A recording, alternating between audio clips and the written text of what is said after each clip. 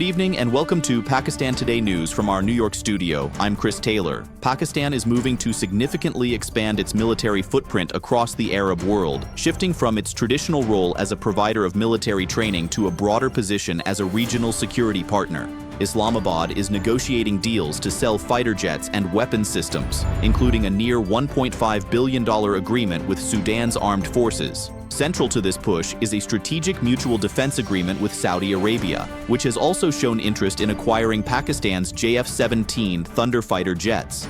Iraq and Libya have also expressed interest in Pakistani defense equipment, though analysts caution that Pakistan will need to carefully balance complex regional politics to sustain long-term partnerships. Pakistan and the United States have meanwhile strengthened military ties through renewed joint training and defense cooperation. American and Pakistani troops have completed a combined counterterrorism exercise at the National Counterterrorism Center in Pabi, aimed at improving infantry skills and tactical coordination. Washington has also approved a $686 million package to upgrade Pakistan's F-16 fighter jets. President Donald Trump has publicly praised Pakistan's army chief, a signal analysts say reflects a more pragmatic phase in bilateral defense relations amid shifting global dynamics. Russian President Vladimir Putin has described relations between Russia and Pakistan as genuinely mutually beneficial, highlighting expanding cooperation between Moscow and Islamabad. The remarks were made as Pakistan's new ambassador to Russia, Faisal Niaz Termizi, formally presented his credentials at the Grand Kremlin Palace. President Putin said both countries are strengthening ties across trade, diplomacy, and other sectors, pointing to growing engagement within the framework of the Shanghai Cooperation Organization. Observers say the statement underscores Moscow's interest in closer economic and strategic engagement with Pakistan. At least 14 people, including women and children, were killed early Saturday when a truck plunged into a canal near the Galapur Bangla Bridge in Sargodha district. Poor visibility caused by dense fog is believed to have forced the vehicle off the road, trapping passengers beneath the truck. Several injured were shifted to Civil Hospital Kot Momin for treatment. For more on this tragic incident, let's go to our correspondent Drake Rowland in Punjab. Drake, what are authorities saying? Chris, rescue officials here in Sargodha say the victims were returning from a funeral when the truck lost control in heavy fog. Emergency teams worked for hours to recover bodies from the canal as visibility remained extremely poor. Local authorities say multiple passengers were trapped under the vehicle, complicating rescue efforts.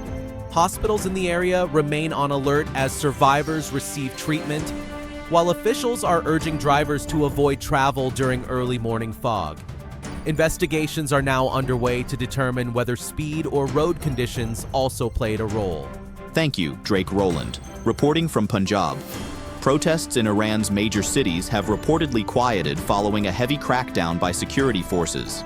Demonstrations sparked by economic hardship and a collapsing currency were met with force under an internet blackout, limiting communication and suppressing street activity nationwide. Exiled opposition figures, including Reza Pahlavi, say the movement could still grow and have called for continued resistance. International attention remains focused on Tehran's handling of dissent and civil unrest. The United States has launched Phase 2 of its Gaza peace plan, shifting its focus from enforcing a ceasefire to demilitarization, technocratic governance, and large-scale reconstruction. A new panel known as the Board of Peace, comprising U.S. officials and international figures, will oversee the initiative and coordinate global support. Washington says the plan aims to establish a transitional Palestinian administration in Gaza and fully disarm unauthorized fighters. U.S. envoy Steve Witkoff has warned Hamas of consequences if it fails to comply with the plan's conditions as reconstruction efforts begin. And finally, China and Canada have announced what both sides are calling a landmark trade and strategic partnership agreement during Canadian Prime Minister Mark Carney's visit to Beijing. The deal seeks to remove key trade barriers, including sharply reducing tariffs on Canadian canola exports and allowing visa-free travel for Canadian visitors to China. Canada will also import 49,000 Chinese electric vehicles under preferential tariff terms. The agreement marks a reset in ties after years of tensions over trade disputes, diplomatic arrests, and mutual tariffs, with both governments expressing optimism about future cooperation. That's all for now. You're watching Pakistan Today News. I'm Chris Taylor.